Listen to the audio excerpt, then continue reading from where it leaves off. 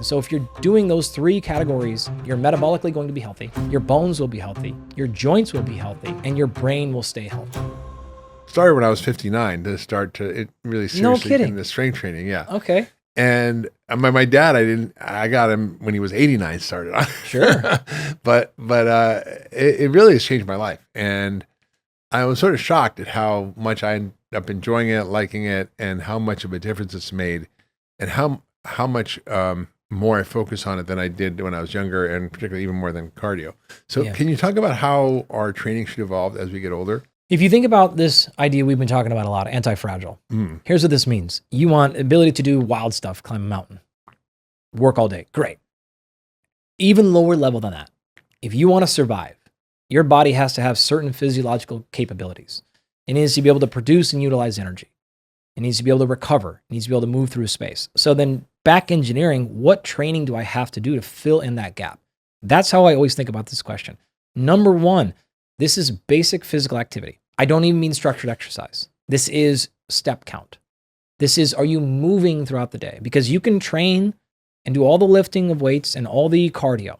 And if your step count, as just a rough guide here, there's nothing magical about step count, but as a rough guide of physical movement is 500 steps per day, there's a lot of data to suggest you're not going to be optimizing health. So humans were meant and have spent many millennia moving a lot throughout the day. And so if that movement needs to be exercise, great. If that movement needs to be a standing treadmill or walking treadmill at work, if that just means you walk 3 times a day, or you stand up paddleboard, whatever it is, you garden, my wife was a preschool special ed teacher for many years, and she would do 30,000 steps a day because she's just running 2 feet back and forth all day, just handling 4-year-old autistic kids, right? So she didn't need any more physical activity. Where we're, say, 30 years old, I would come home being in a laboratory pipetting chemicals and taking muscle biopsies all day. Like I hadn't moved all day. I hadn't moved. And she's like, so I needed to, at that point in my life, had to re-engineer movement. Yeah. I had to walk throughout the day. She did not need to go on a walk ever for her life, right? So step number 1 is that. Is there some movement, and you may need to structure that in, that may need to feel like exercise to you? It could be 3 10-minute walks a day or whatever. Or it could be like, hey, my lifestyle is already physically active. That box is checked, okay? The next step up then is, do we have a ability to handle a high heart rate? Cardiovascular capacity, maximal aerobic capacity, VO2 max. You could define this and organize this a lot of ways. But your heart and your whole cardiopulmonary system will do better if it can handle really high bouts of high intensity. So again, engineer this. Do you get something like that in your day already based on your vocation? Yes, then I don't need to do as much high intensity intervals in my training. Or I get none of that, then I might need to do some interval training. This could be on a bike, on a rower. This could be sprint work. This could be your pickleball game. This could be a lifting about of weights, but as more of a high intensity interval type of circuit training. Yeah. 1,000 ways you can get there, but something at least once in your week where your heart rate gets as high as you can get it. I don't even care if you measure it, but just, what I'm talking about. Like, but it's interesting. We look at, I learned in medical school that the maximal heart rate of someone is 220 minus their age. So I'm 65. So for me, that would be 155. 220 minus 65 is 155. Sure. But I routinely get into high 170s. Yeah. If I'm, playing tennis, if I'm, doing heavy duty exercise.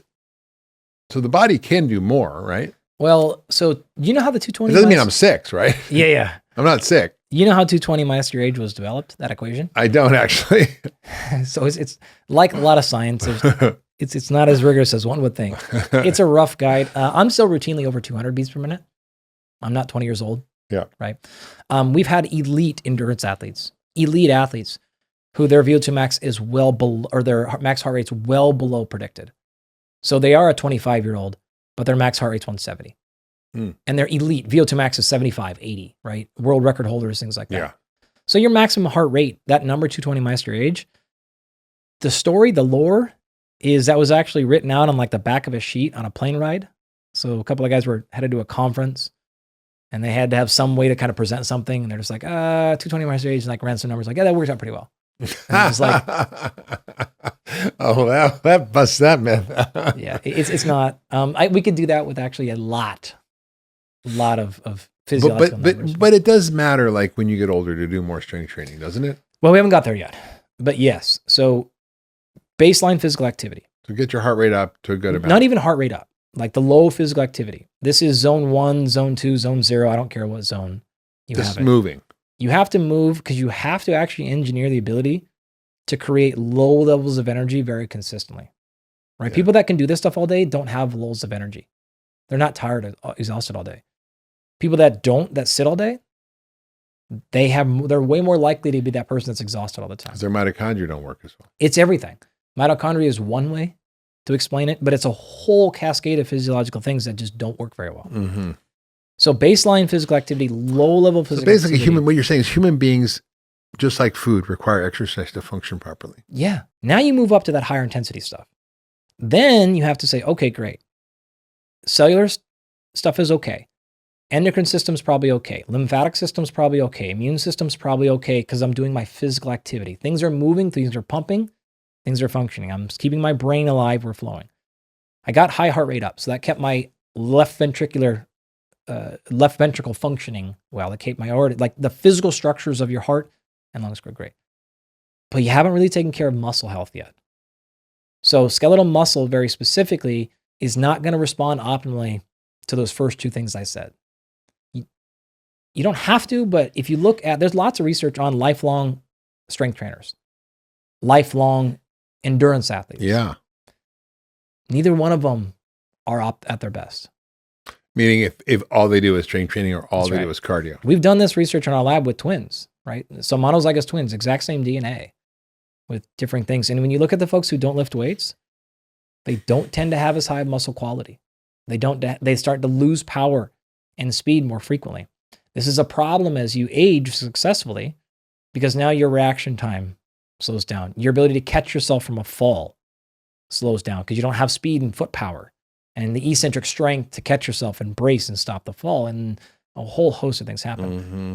And so adding in strength training, however that looks for you, if that means to be, you need to walk into the gym for 30 minutes, get on a couple of machines, not know what you're doing, that's fine. Like that is enough. I don't know for about most that. people. Not only you're going to cause yourself injury sometimes, right? Generally, when you're starting, you're going to be okay. Unless you're doing things really heavy and really aggressively, you're fine. Right? If you just pop on a machine, kind of do 8 to 10 reps, don't really know what you're doing, you're actually going to be fine.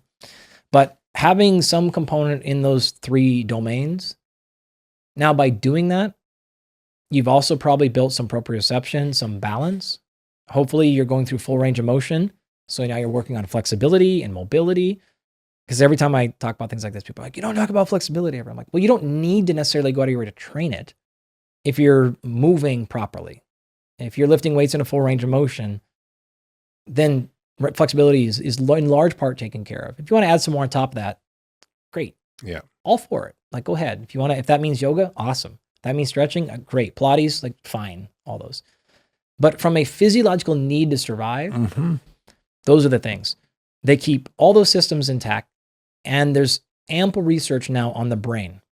So you're talking about dementia and Alzheimer's prevention, heavily positively benefited by these things. And so if you're doing those 3 categories, you're metabolically going to be healthy, your bones will be healthy, your joints will be healthy, and your brain will stay healthy.